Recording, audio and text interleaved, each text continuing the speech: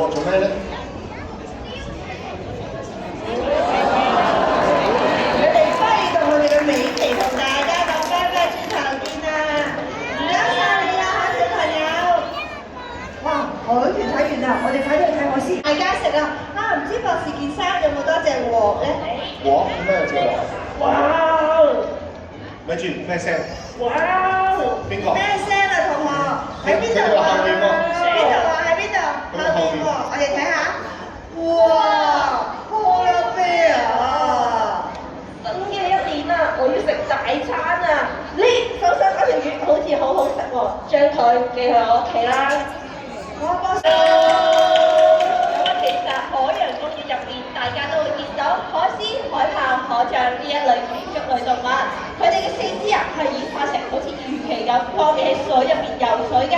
大家快啲嚟望下，我哋 Terry 嘅前肢係可以支撐起自己身體，喺岩石上面就可以靈活咁轉彎移動啦。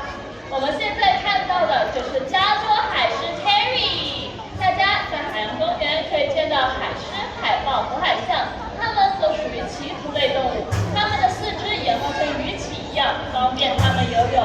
大家现在可以近距离的观察到，我们海狮是靠前肢支撑整个身体在岸上灵活移动的哦。不過而家落緊微微雨，所以我哋嘅 Terry 咧而家要翻屋企啦。不如大家一齊舉高手同 Terry 講聲拜拜，下次再見。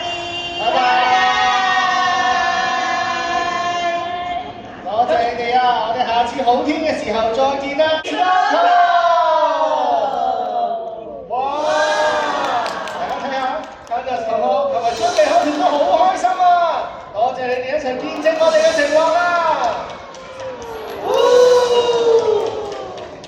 好，我現在正式宣布，我哋維維全藏海洋守護者任務完成。多謝大家嘅參與，係啊，希望透過我哋嘅講解，加深對動物嘅認識，從而保護大自然。